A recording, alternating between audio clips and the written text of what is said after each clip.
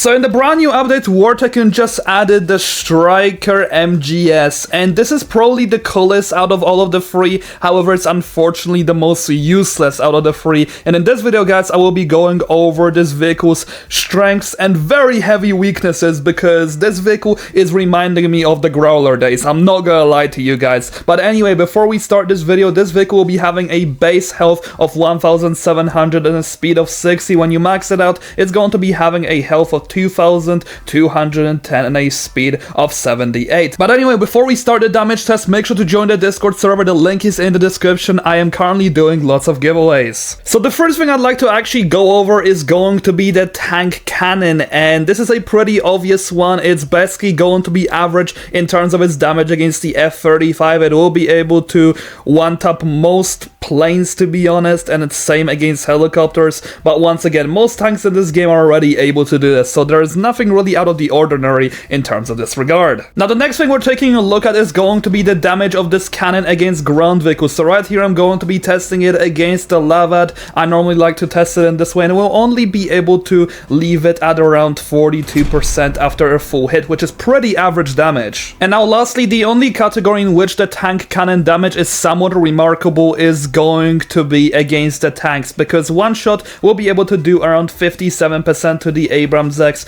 which I'd say is definitely pretty good. It's one of the above average damages, but it's still nothing insane if I'm gonna be completely honest with you. So now the next thing we're gonna be taking a look at is going to be the machine gun, but before we even start a damage test for this, take a look at the model. As you guys can currently see, it literally has a coax modeled in. However, unfortunately enough, similar to the Boxer CRV in the T14 Armata, you're not able to access this coax, and it's basically just sitting there doing nothing. Well, that kind of sucks, because it takes away at least 50% of the DPS from this machine gun. Alright, it's the moment of truth. Let's take a look at how good this machine gun is against air units, but its DPS is literally cut in half, and like I expected over here, it's not gonna be able to do much. The damage is only 33 per hit, and this DPS is extremely slow, and once again, pretty below average, to be honest.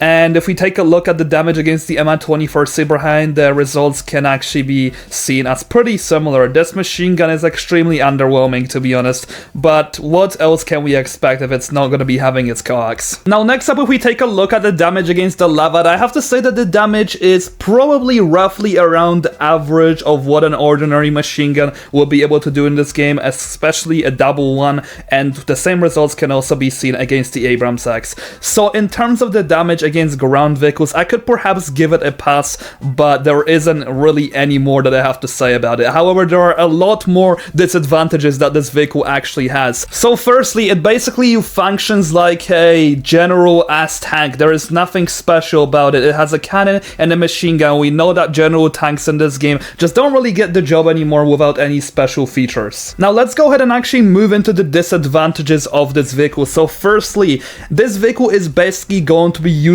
in terms of taking down air vehicles, because it's, first of all, its turret elevation is absolutely horrendous. I think it's the worst turret elevation we ever had in the game, and its turret depression is also not any better. You really gotta be pretty far from the enemy to even be able to hit them with the cannon. The only saving grace in terms of infantry combat might just be the machine gun, to be honest. However, these ain't the only issues that this vehicle currently has, because there are a lot more which I'd like to present to you. So first of all, a very heavy misconception in this game is if a vehicle has a lot of health, it means that it's durable. That is just simply not true. The ground vehicles have an extremely terrible damage multiplier, and no matter how much health you actually give to these ground vehicles, they will still basically die to everything in the game in just a few seconds. So even though on paper this health is pretty high, in reality it's really not. Now the next thing which I'd like to talk about is going to be the part efficiency. It is costing you exactly 6 parts for an ordinary vehicle with already a huge ton of disadvantages. So let's move into the tanks category and take a look at what costs around 6 parts. We have the Moderna, which has an extreme cost efficiency, and its damage values are absolutely insane. We got the Bradley for 5 parts, which is already a better vehicle. We got the Leopard, which I would argue is better. We got the E100 as well. We got the Lowsat. All of these vehicles have their own reason to exist. So in reality, you are just paying 1 to 2 parts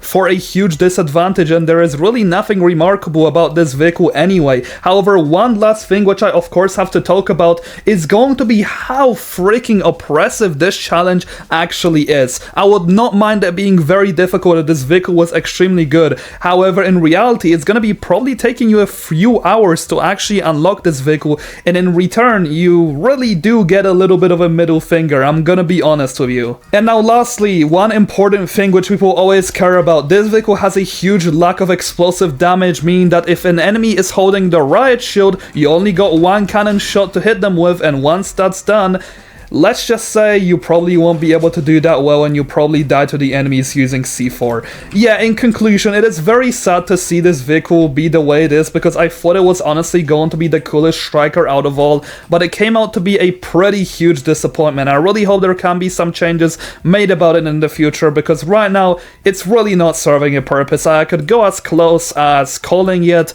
a close to Growler overall usefulness in this game, and that isn't a good thing. Anyway, I will see you guys in the next video. Have a great day, and thank you so much to all my channel members.